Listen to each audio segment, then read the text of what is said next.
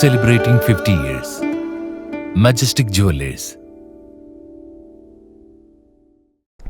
അപവാദ പ്രചരണത്തിനെതിരെ ലൈവിൽ വിങ്ങിപ്പൊട്ടി ഫിറോസ് കുന്നംപറമ്പിൽ. അപവാദം പ്രചരിപ്പിക്കുമ്പോൾ തനിക്കും കുടുംബം ഉണ്ടെന്ന് ഓർക്കണമെന്നും തനിക്കെതിരായ വ്യാജ ഓഡിയോ സന്ദേശത്തിനെതിരെ പ്രതികരിക്കുകയായിരുന്നു ഫിറോസ്. വ്യക്തിപരമായ അപവാദ പ്രചരണം അവസാനിപ്പിക്കണമെന്നാവശ്യപ്പെട്ടാണ് തവനൂരിലെ UDF സ്ഥാനാർത്ഥി ഫിറോസ് കുന്നംപറമ്പിൽ ലൈവിലെത്തിയത്. അപവാദ പ്രചരണം നടത്തുമ്പോൾ തനിക്കും ഭാര്യയും ഉമ്മയും അടങ്ങുന്ന കുടുംബമുണ്ടെന്ന് ഓർക്കണമെന്നാണ് ഫിറോസ് പറഞ്ഞത്. തന്റെ പേരിലുള്ള വ്യാജ ഓഡിയോ സന്ദേശം പ്രചരിപ്പിക്കുന്നവർ ഭാര്യയും കുട്ടികളും അടങ്ങുന്ന കുടുംബമുള്ളയാളാണ് താനെന്ന് ഓർക്കണം. അപവാദ പ്രചരണങ്ങൾക്ക് തവനൂരിലെ ജനം മറുപടി നൽകുമെന്നും ഫിറോസ് പറഞ്ഞു. ഈ അപവാദങ്ങൾക്ക് തന്റെ കുടുംബമില്ലാതാക്കാൻ മാത്രമേ സാധിക്കൂ.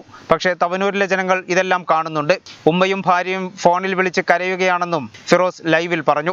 ഇത്രത്തോളം ഒരു മനുഷ്യനെ അവഹേളിക്കുന്നത് ശരിയല്ലെന്നും 10 വർഷക്കാലം മണ്ഡലം ഭരിച്ചവർ എന്താണ് വികസനം പറയാത്തതെന്നും അദ്ദേഹം ചോദിച്ചു. ഒരു സ്ഥാനാർത്ഥിയായി എന്നതിന്റെ പേരിൽ ഇത്രമാത്രം ഒരു മനുഷ്യനെ ഇല്ലാതാക്കാൻ ശ്രമിക്കുന്നത് ശരിയല്ല. കാരണം എനിക്കും എന്റെ ഉമ്മയുണ്ട്, ഭാര്യയുണ്ട്, മക്കളുണ്ട്.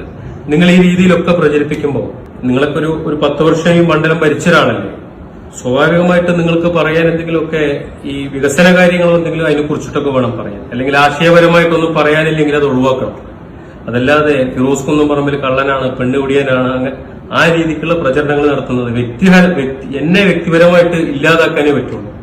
അതിലൂടെ എന്നെയും എന്റെ കുടുംബത്തെയും നിങ്ങൾക്ക് നശിപ്പിക്കാൻ പറ്റും.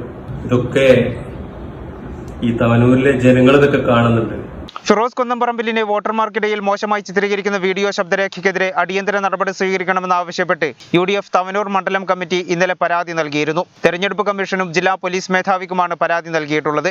എല്ലാ സീമകളും ലംഘിച്ച് നീചമായ രീതിയിൽ കുപ്രചരണം തുടരുന്നത് അങ്ങേയറ്റം അപലപനീയമാണെന്നും പരാതിയിൽ വ്യക്തമാക്കുന്നുണ്ട്.